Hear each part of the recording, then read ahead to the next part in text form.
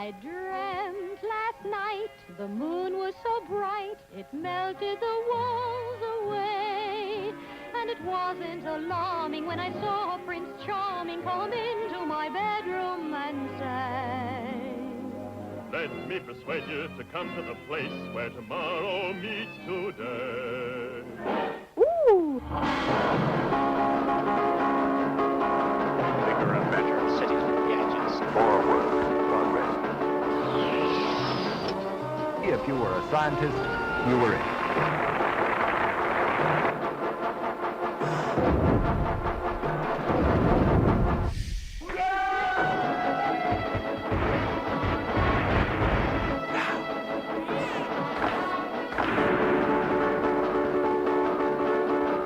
Your excellent science, I'm your faithful servant. And the tomorrow. Building a new world.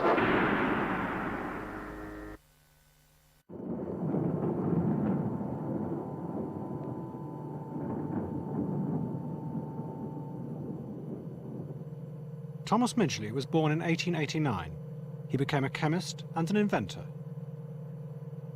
In 1921, he solved the problem of knocking in car engines. He put lead in petrol.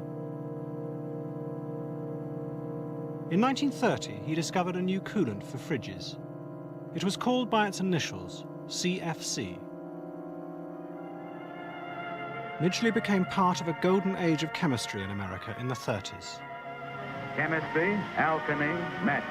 The modern laboratory of today's chemist, fantastic in appearance as it is far out in the very vanguard of progress. The Holy of Holies, wherein science moves in mysterious ways her wonders to perform. In 1935, Midgley predicted that in the future, chemistry would solve many of the world's great problems. The ozone layer, he said, could be altered to control the sun's rays and allow scientists to govern the world's agriculture. In 1940, Midgley contracted polio. He built a pulley system to lift himself in and out of bed. But in 1944, he became trapped in it and strangled himself.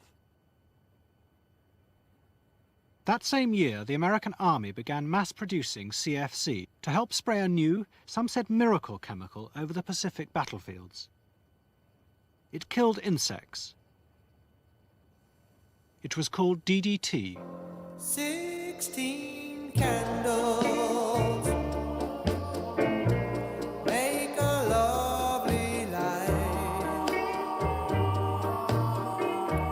but not as bright as your eyes tonight. Blow out the candle.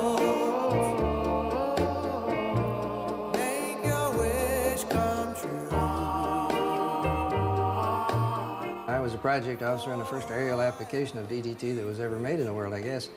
And we flew it over several square miles of jungle, and I was walking around some trails we'd cut in the jungle floor, and there was an incredible, indescribable rain of insects of all kinds coming down out of the tops of these huge jungle trees, 100 to 130, 40, 50 feet. We got cerambycid beetles, beetles of all descriptions that probably many people had never seen, or if anybody had ever seen, because they're in the tops of the trees. I remember particularly some big of these longhorn beetles that were coming down. There were wasps and bees of all descriptions and so forth, and it was an incredible experience. And I guess what occurred to me then is that maybe this was one of the best ways to collect insects and find out what kind of insects there truly were in a representative area of the jungle. And that's just one of the more innocent things I guess one could read into it. The low-flying planes cover every section of the city, from the coast of Manila Bay to the outlying environs, in an effort to destroy the large numbers of flies and mosquitoes plaguing the area.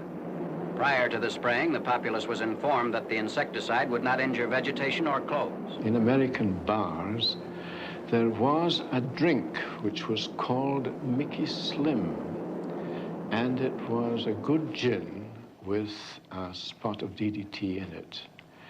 And this was supposed to give you a feeling of happiness and merriment. And in Naples, in 1943 and 44, there was an enormous epidemic of typhus transmitted by the human body louse, and there's about 10 million applications of DDT dusting powder were made to people, and they wiped that out. And those things got enormous publicity in household magazines like the Reader's Digest. Everybody wanted to try DDT, and the civilian population could hardly wait to get their hands on it when it was released in 1945 for civilian use.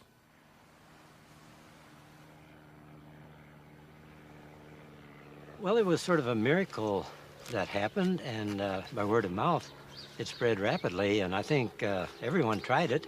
I remember one time in 1952, it was summertime, and we were going to have a birthday party right here on the lawn, right here where we're sitting. And the day before, I sprayed all the grass with water and DDT, and this got rid of the flies, and it also killed mosquitoes. And you know, flies in the afternoon while the sun's shining and mosquitoes after dark, those are two things, if you could get away from them, you could have a wonderful party out here, and we did. We had a pest-free party out here on this farm.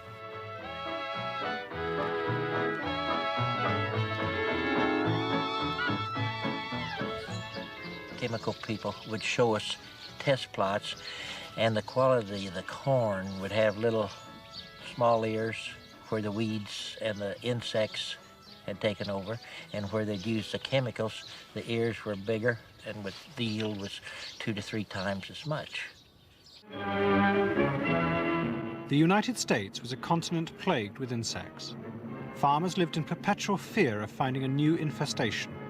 Whole crops were regularly destroyed by pests. DDT and the other insecticides invented in its wake promised victory in this war. This man is a farmer, yes, but he is also a detective, a plant pest detective.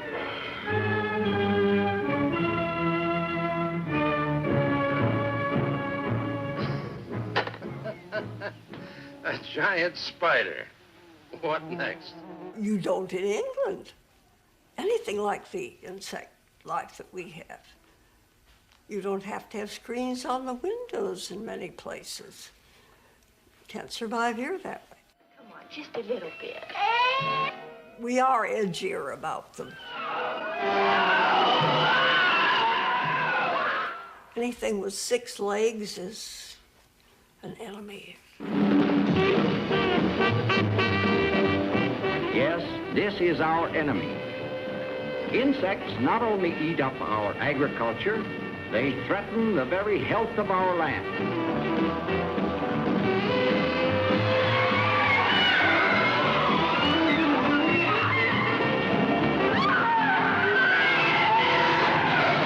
I've seen the time full fields of crops would be ruined from the insects before the chemicals come into effect. I can remember the cutworms and the wireworms would absolutely clean the fields of corn and wheat, and there would be nothing left to harvest. And then when your chemicals come along, you had this to eliminate the insects, and you had your crop then. It was a miracle chemical to us because we thought it would control practically every insect. I guess it was just a time in the period that God had decided that he would let us discover these chemicals and use them wisely. And I suppose everything, the whole system is directed by God. So I guess this was the time that we would find our knowledge given by God would lead us to find these natural resources to use, to control, do away with some of the slave labor.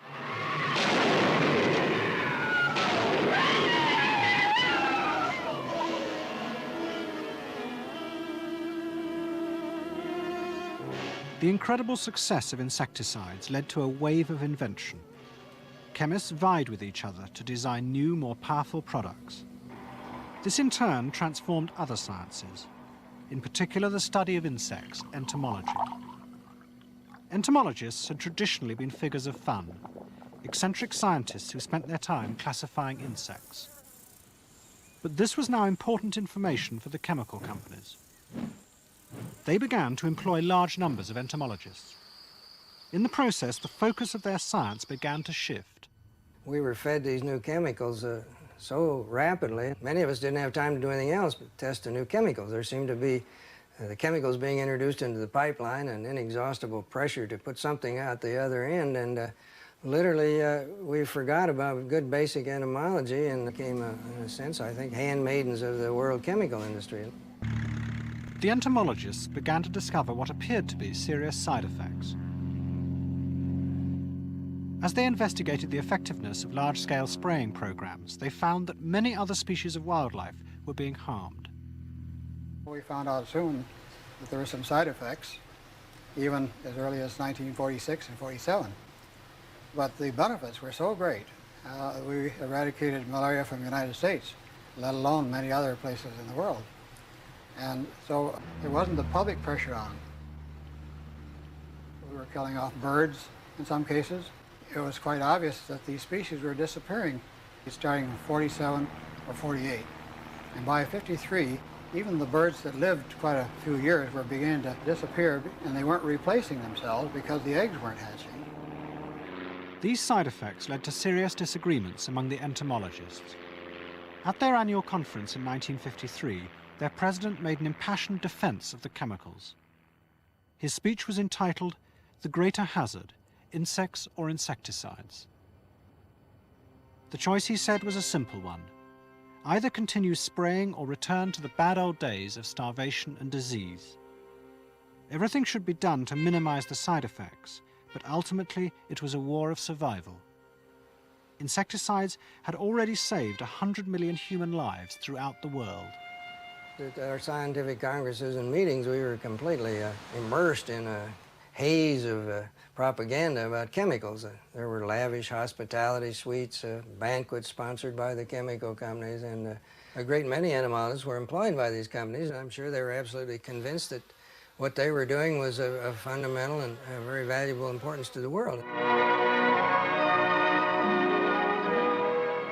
The chemical companies also portrayed the battle against the insects as a necessary war. Promotional films of the 1950s invoked Charles Darwin. They depicted it as part of the inevitable struggle for existence.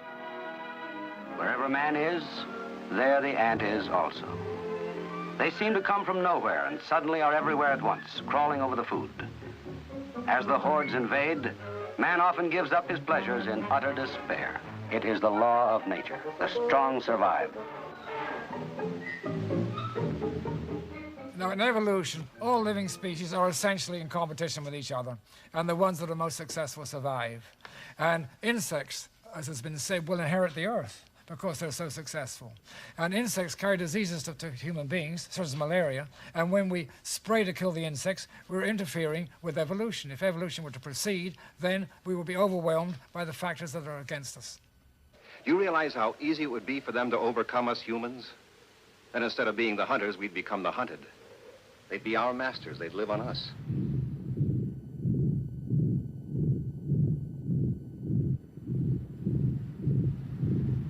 When people in the post-war period spoke of a struggle in nature, they were selecting one aspect of Darwin's theories that suited their time.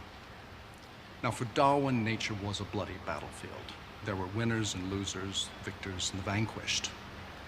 But this imagery took on special significance in the Cold War years.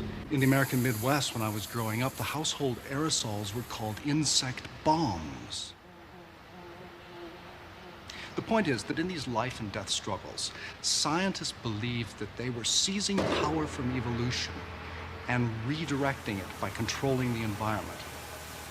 They took it on faith from the biologists that this is how the world works. And then they chose to emphasize those aspects of Darwin's theory which fitted in best with the industrial programs they were embarked upon. This was not a neutral reading of Darwin at all. This was an interested reading. Anything left behind? Nothing but a dead spider.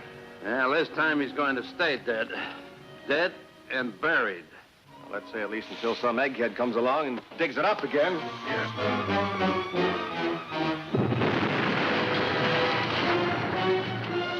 The first serious public attack on the widespread use of pesticides came from Rachel Carson. She was a biologist who had worked for the United States Fish and Wildlife Service. In the late 50s, she began collecting evidence of the side effects. In particular, studies which showed that DDT was becoming more concentrated as it worked its way into the bodies of larger animals. In 1962, she wrote a book called Silent Spring. It was an attack on the chemical companies. It started coming out in the New Yorker. She kept it rather quiet. She knew that the chemical industry, or the part of it she was worrying about, would react. And sure enough, the official of the Velsical Chemical Company wrote a very threatening letter to Houghton Mifflin. You must not print this book. And came out with the standard line that they still use. You see, if we stopped using all these pesticides, it would simply ruin the whole economy of the country. And this is a sinister plot by the far-left subversive forces, as they call them, to destroy the United States. Silent Spring painted a dramatic picture of a poisoned America. It caused an immediate sensation. It coincided with revelations about thalidomide and the fallout of strontium-90 from nuclear testing. When I got the book, when I got home, I read that, and I got about 2/3 of the way through the book, and I saw so many things I knew were not true that it bothered me. When I set out to make a lot of speeches to try to let people know what she had said and what was really the truth, many other people were doing the same thing across the nation. So usually, sometime during the talk, somebody would be interested in what about the effect on people. And it was handy at that time to have a box of DDT like this one, and so I could just dump some out in my hand and take some of it to show that it's not harmful to people. Never has been. Nobody's ever been killed by DDT. I've not even heard of anybody being made ill by it, even when they attempt suicide. In 1963, the book was made the subject of an hour-long TV special. 3 of the programme's sponsors, food and chemical manufacturers, withdrew in protest. Carson used the programme to widen her attack on the chemical companies. Now, to these people, apparently the balance of nature was something that was repealed as soon as man came on the scene. Well, you might just as well assume that you could repeal the law of gravity. Man's attitude toward nature is today critically important, simply because we have now acquired a fateful power to alter and to destroy nature.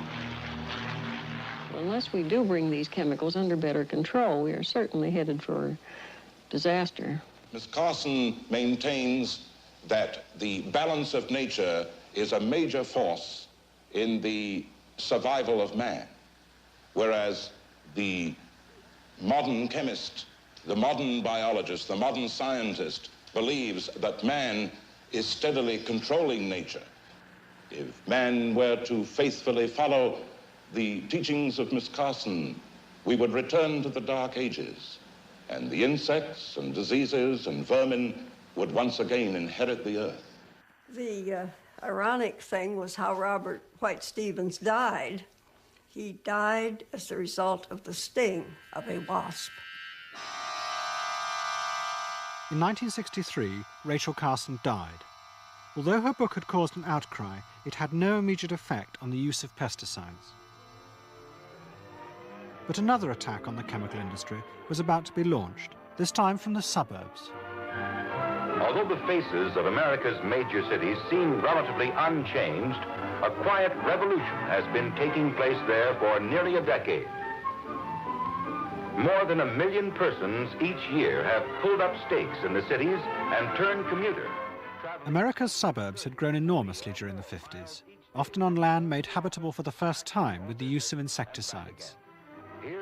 But continued spraying to treat diseases such as Dutch elm now brought the side effects of the chemicals into the gardens of the wealthy and articulate middle classes.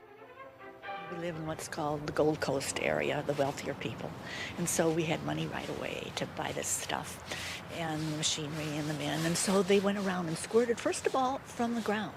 But that didn't last very long. Soon, there was a whole page in the Sunday Milwaukee Journal on how now Shorewood and Fox Point and Bayside, where I live, were really going to take care of their elm trees.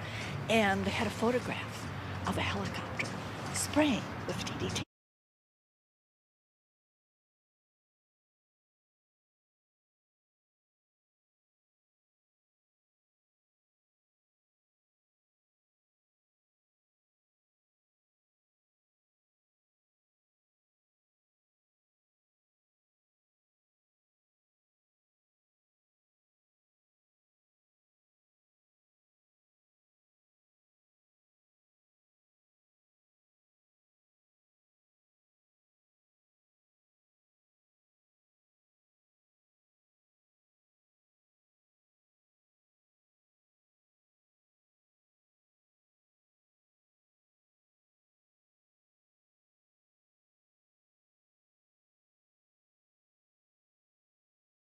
And one day I was so angry that I raced up into the attic and opened the dormer windows in my little pink nightie, and I climbed up on top of the roof, and I just stood there and shook my fist at them.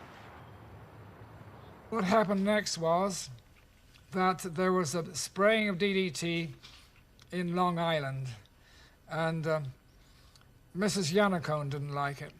The first time I noticed it, I drove past here on my way home from work, and there were dead fish for about 10 feet out from the side. This is noticeable as you drive by.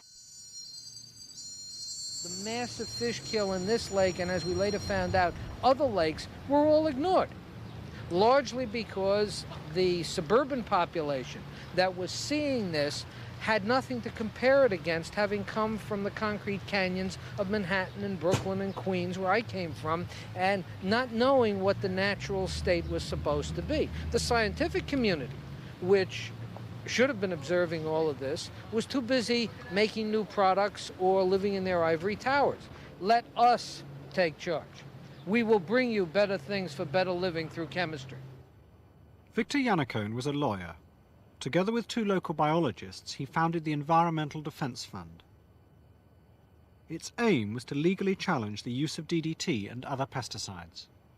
Their argument was that the chemicals were spreading in uncontrollable ways, becoming more poisonous as they did so. One of the strongest pieces of evidence was the disappearance of the peregrine falcon. DDT was being found in their bodies, and their eggs were failing to hatch. Two ornithologists set out to count the falcon population. We were simply going to follow a route from northern Alabama all the way up to the state of Maine. And we started in, I believe it was early April. And birds should be on location at that time. And we simply worked our way northward, and we followed a very tortuous route. And we checked something like 130 sites or something like that in the course of the next 3 months, driving a little over 14,000 miles. We found zero, not one peregrine falcon. In 1968, the Environmental Defense Fund discovered an obscure law in the Midwestern state of Wisconsin. It allowed anyone a legal hearing if they believed they could prove water pollution in the state. Go Northwestern, it's the very best way to go. Using this as a pretext, the fund engineered a hearing, and in November 1968, a small group of them traveled to Madison, the capital of Wisconsin, in the heartland of America's agriculture. The hearing was held in the vast state legislature. It quickly became a trial of DDT. The star was Victor Yannicone. His main aim was to get the public's attention, to explain why tiny amounts of a chemical could have such large effects. We had to explain that a part per million was significant. We did this by calling a very prominent scientist from the pro-DDT camp. And we asked him a very simple series of questions. Doctor, do you have any idea what the purpose of the hormones that flow in your blood is? Yeah. And they're responsible for your secondary sex characteristics, the hair on your head, the hair on your chest, the tone of your voice, right?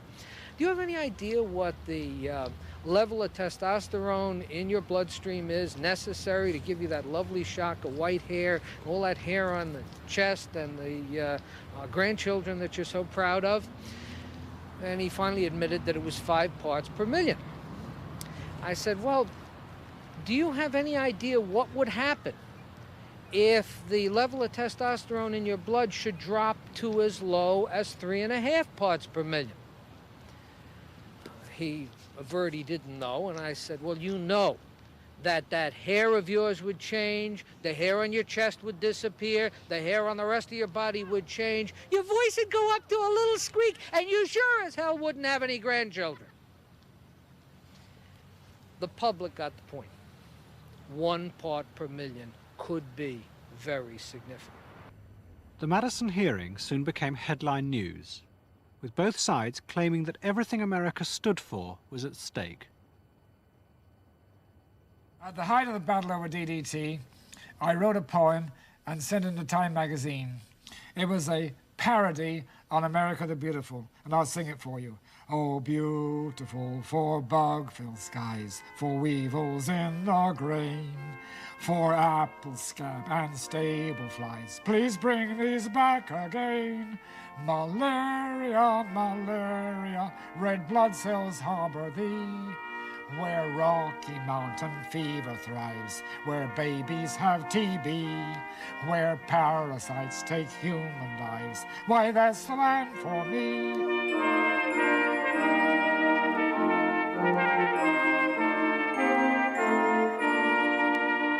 Malaria, malaria, my spleen will welcome thee. Restore the sickness cramp on you by banning DDT. I walked in, Yannicone looked at me long and hard and says, I think he'll do. And then he looked at me and says, can you between now and tomorrow put together a lecture of about 40 slides of all the different pictures of the Wisconsin ecosystem so it'll be not only beautiful but emotionally rich and will affect the people who listen to it. So I said, I'll try. Next day I came here and gave this talk with beautiful slides of the prairies and the woods of Wisconsin. It was, I'm sure, the first time anybody has ever shown wildflowers in the chambers of the Wisconsin legislature. In the late 60s, ecology was a modest scientific backwater. Ecologists spent their time studying the mutual dependence and balance of all the inhabitants of a particular area. But for Yannicone, ecology was a powerful weapon with which to attack the defenders of DDT, especially the entomologists. It gave him a scientific basis to challenge the idea of evolution they used to justify the large spraying programs. The entomologists, who should have known better and now, 30 years later, admit they should have known better, simply saw the death and the extinction of what we now know to be beneficial insects as the operation of the fundamental law of survival and evolution. What they didn't realize is the kind of evolution they were looking toward was the evolution of monsters arising from garbage dumps, of chemically deformed animals and plants. What they thought would come out of this was a simplified world ecosystem with good plants, bad plants, weeds, good insects, bad insects, good animals, the ones we eat, bad animals, the ones that take up space. There was a problem, though. If human beings were inextricably interwoven with other parts of nature, as ecology said, where were the effects of DDT on humans? In 30 years, no worker in the DDT factories had been poisoned. The defenders made great play of this at the hearing. But then in early 1969, the Environmental Defence Fund received some unexpected news. A Swedish chemist by the name of Göran Löfroth wrote a letter saying that they have found in almost all women in Sweden DDT in the mother's milk. Well, we went to my house, we finally said, hey, let's call up Sweden. And we did. We got him out of bed. He must have been 4 o'clock in the morning then. He spoke pretty good English. What do you want? He says, we want you in Madison. He said he would come. Thursday came and went. Friday at 10 o'clock, people went out to the airport. It was all hush-hush because the testimony was droning on and on and on. The pesticide this and the chickens that and the eggs this and so forth and so on. My God, when just hours, I mean, we have, after all, we have 14 of these volumes, 2,800 pages of testimony. The stenographers went bananas. Anyway, at 11:30, somebody hi-hoed me, little sign, and we went outside the hall, and sure enough, there was Göran Löfroth with his little suitcase. In the meanwhile, of course, we had called the New York Times, the Chicago Tribune, the Washington Post. All these reporters were waiting in the wings. It's happening! Hiya, Hoppity! Oh, hello, everybody. And then for the next 3 hours, Göran Löfroth laid it on the line that if babies drink milk of cows that grazed on land that was sprayed with DDT. Their fat is going to contain DDT, and not only this, but its fat, of course, is in the brain. Most brain is fat. It will be loaded with DDT. By Sunday, front page of the Sunday New York Times. And the opposition was just livid with rage, but we won that one. Oh boy, oh boy, oh boy, oh boy! We've got fun, we've got freedom, we've got joy. We got fun, we got freedom, we got joy. Boy! When I heard it was banned, I really felt bad about it because I felt it was a victory against science.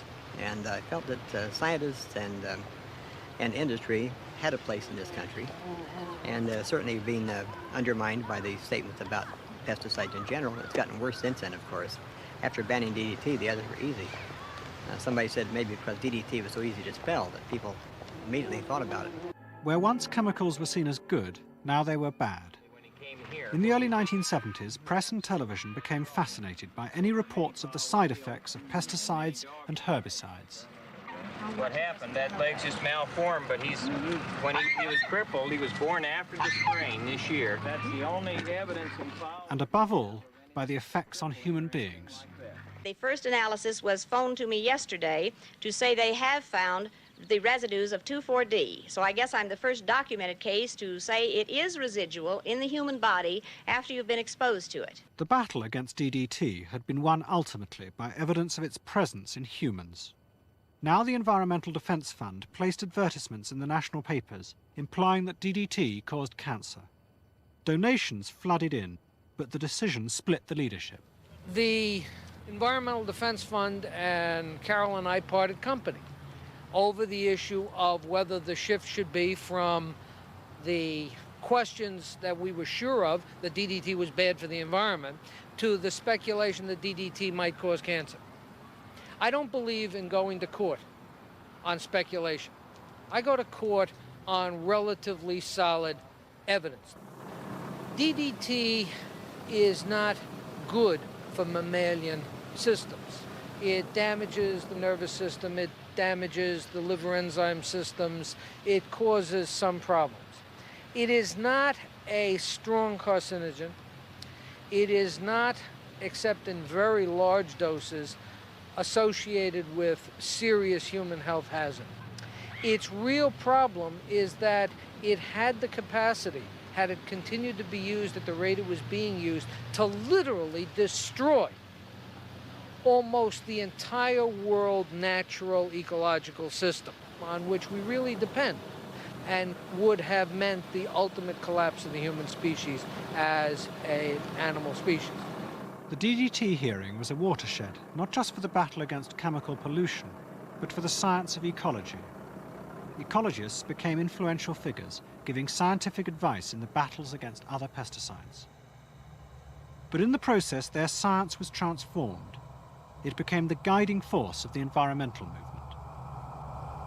Beginning with the unintended consequences of DDT, the science of ecology had emerged as a useful tool in science, and many people began to see it as something that could be drawn upon for moral enlightenment as well, the notion of everything being connected to everything else. It's the relationship between me and plants and animals and the world in general. I remember the first time I ever heard the word environmentalist on the air was on an Arthur Godfrey show, and he was trying to explain what it was, and it was hard for him to explain what the era was. So it was really a new era.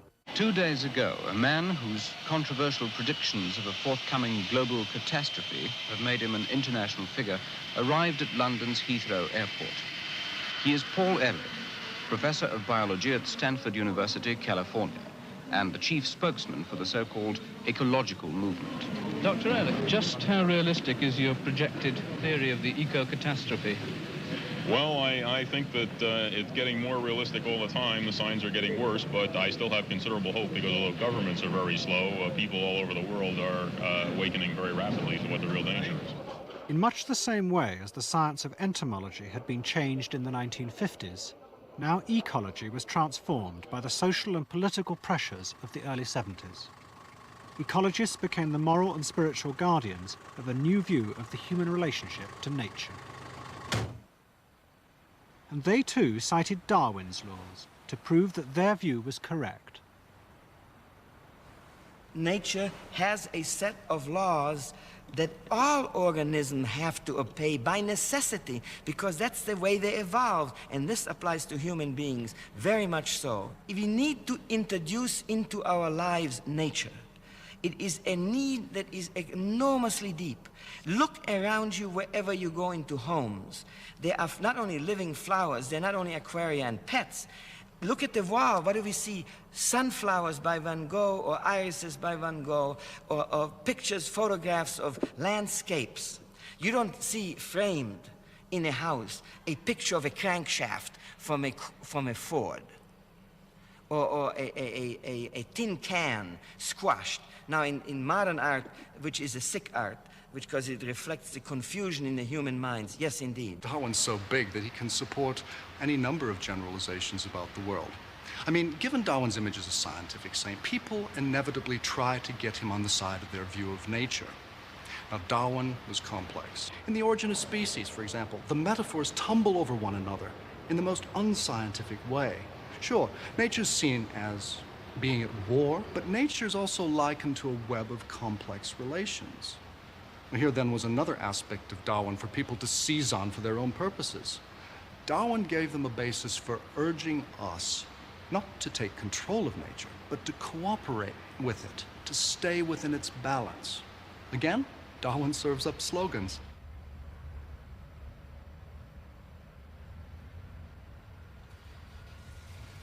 In the popular imagination, scientific theories are something fixed, and if they're good theories and accepted by creditable people, then they're absolute, and that's that. What people don't understand is that scientific theories never have a single meaning. They become a cultural property.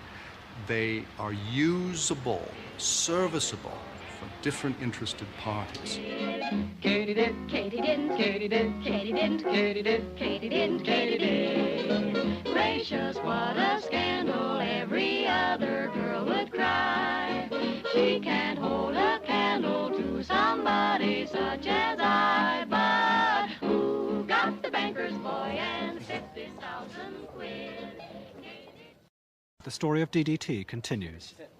The head of a large property company has called a press conference to announce that he has stopped construction in one of his skyscrapers. Yeah.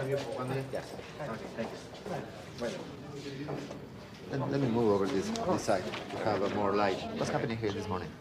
Well, the peregrine falcons have been nesting in this building for 5 years. And every year the Peregrine Society comes and retrieves the eggs. The eggs will not hatch here because due to DDT contamination, they're too weak for the bird to sit on. We're going to open the window. Would you? Yeah, quick.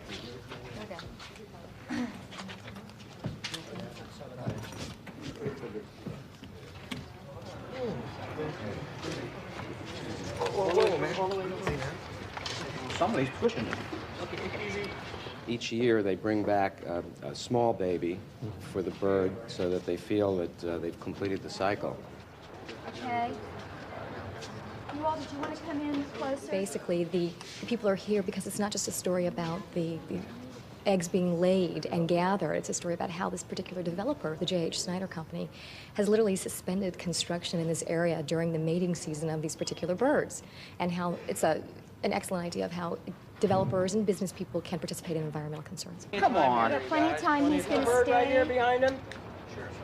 Does everybody have everything they need in the way of shots? You saw the number of TV cameras and the media people that were up here today watching the manipulation going on. This, in effect, is really a myth being born or being fostered at any rate. Looking out from the ledge 26 floors above Wilshire Boulevard, it's hard to believe that the falcons would pick an urban area like this to nest. The myth in this case is that the peregrine falcon is sacred. Granted, it's a precious species. We were about to lose it perhaps a number of years ago. Now we have peregrines back in good numbers. There have been dramatic recoveries. I think it's just an unrealistic attitude about how sensitive parts of nature are. At the start of the DDT litigation in 1966, science had become the way that the human beings could avoid responsibility. Science would take care of us. After the DDT wars, we knew that science was not necessarily going to be the answer. But mankind in the 20th century still wanted to avoid responsibility for their own individual actions. Now it's nature that's going to permit us to shift the responsibility from human beings to some force that we don't have to take responsibility for.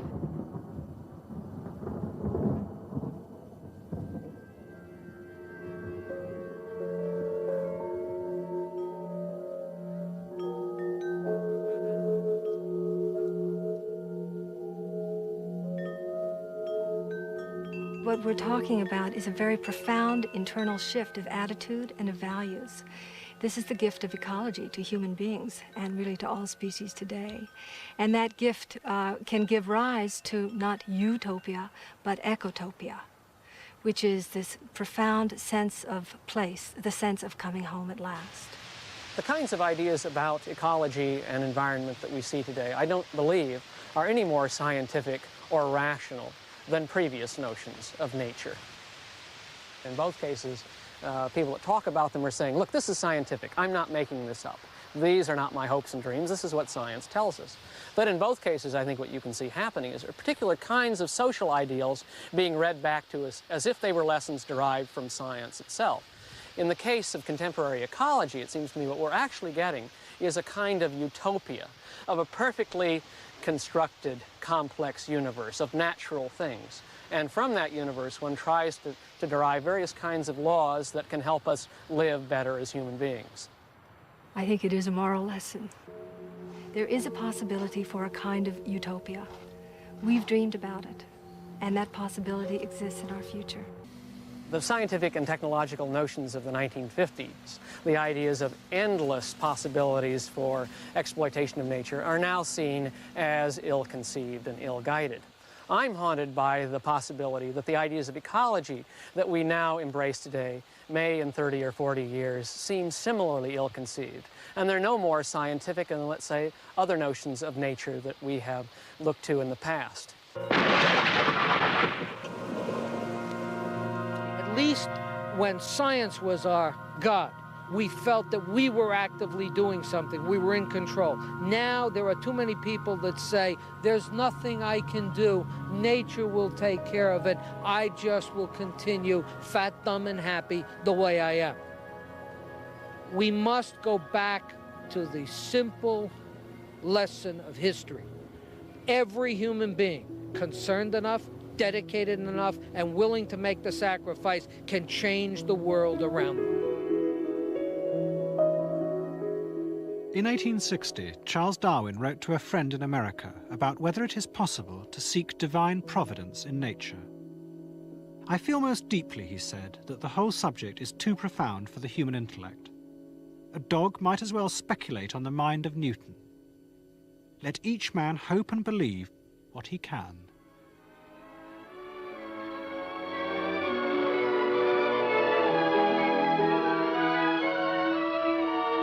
Oh, come on, folks. We just gotta get to the top. Top? Top of what? Why, the top of the... Oh, gosh. Gosh, I just can't believe it. I was sure it would be here. Oh, sure. Keep going. Stick together. Everything's going to be just lovely when we get to the top. Well, we're at the top, and where's this paradise we heard so much about? Do you think we'll ever know what's best? We will one day, but it won't be here on Earth in our lifetime. We'll know when we get to heaven, we'll know what's best. Oh, look! Look, everybody, look! Starlight Square. Where Hoppity! Oh, Hoppity! in the castle, on the corner, there's a cloud bank, and we bank our millions there. Look at the human